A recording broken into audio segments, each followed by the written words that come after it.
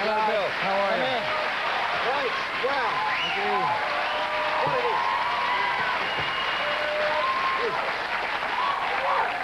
You've brought your fans. I think they misheard me. I think it is Dick Van Dyke. But great. Do your Cockney accent. No. We love that Cockney accent that Dick Van Dyke did. But Right.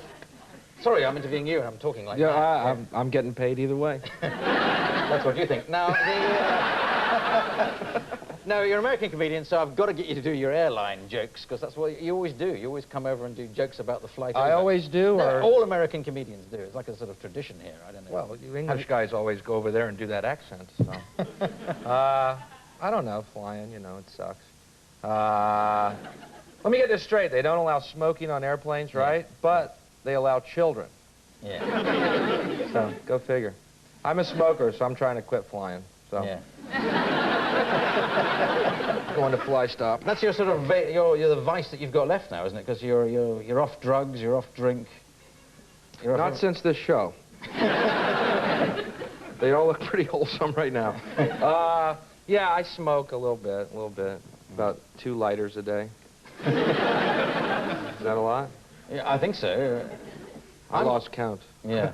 Well, I'm keen on people carrying on smoking because I don't smoke, and I've never have done, and I'm basically unfit apart from that. So if everybody stopped smoking, then I'd be the unfittest person in the world. But as it is, I know that you've got, you know, you're killing yourself with smoking, so it's... Thank you. Thank you, Clive. It's a happy thought, isn't it? Well, you know, you non-smokers are pretty, you know, some of the things. I was in New York City. A guy said to me, hey, man, quit smoking. You get your sense of smell back. Well, that's exactly what I'm looking for in New York, yeah. Is that urine? I think I smell a dead guy. Hey, it's a dead guy covered in urine. Check this out. Hey, if I'd been smoking, I never would have found him. Anyway, you're over here doing your tour, Still Dangerous tour, that's what you call it, Still Dangerous. Right. And that sort of builds up your image as you're like the dangerous person to follow after Lenny Bruce. Is that difficult for you to keep being more outrageous or more dangerous, more challenging? No. Lenny's dead. It's a one-man race now.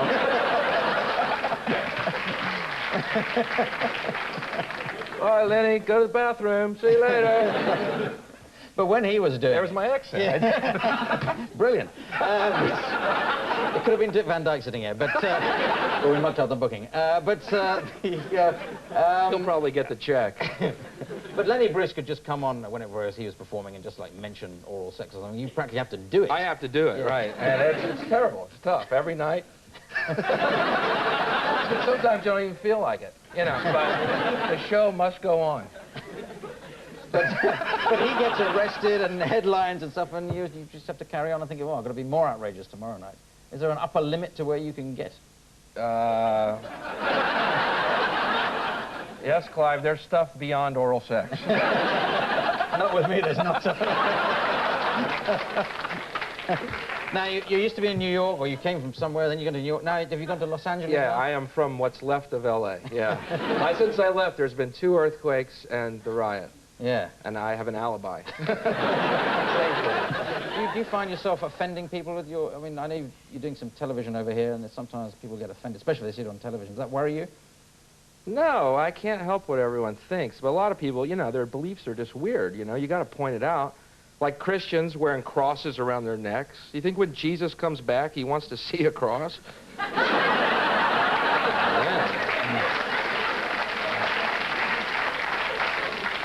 Kind of like going up to Jackie Onassis with a rifle pendant on, you know? Singing to John, Jackie, we love him. Maybe that's why Jesus hadn't come back yet. Well, it's a theory. They're still wearing crosses. Now, when they're all wearing a fish, I'll drop down, all right? Well, what about guns in America? What's the thing with Americans and guns? Why are you always shooting each other? Well, it started, one guy had one, he started shooting people, and everyone else bought one. I don't know, people are violent over there. And it's another thing where the death penalty, it amazes me that Christians are against the death penalty, you know? Because if it weren't for capital punishment, there'd be no Easter.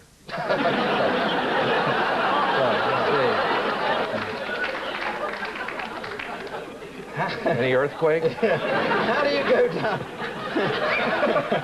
Mind that chair. It's cheap. How do you go down? How do you go? I know you're in Los Angeles and New York, you're fine, but do you ever go to sort of the more, I was going to call them Hicksville parts of America, but...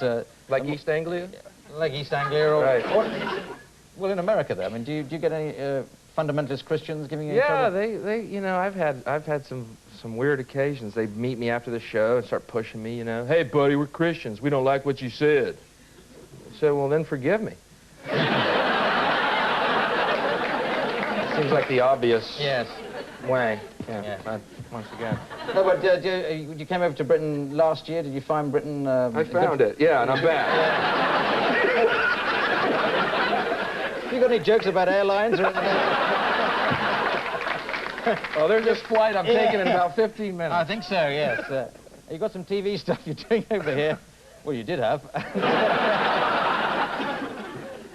I think you're doing a special on Channel 4. I think we've had that, and we're having it again. Is that right? Right, on Monday, yeah.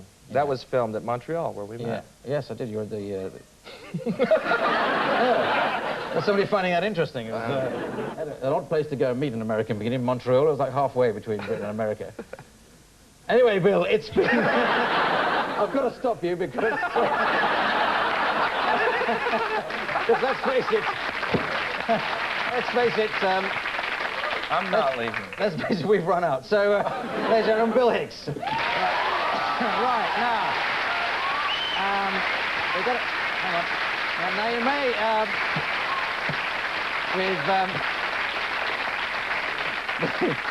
we've got a roof on, because you may have heard that the legal profession in England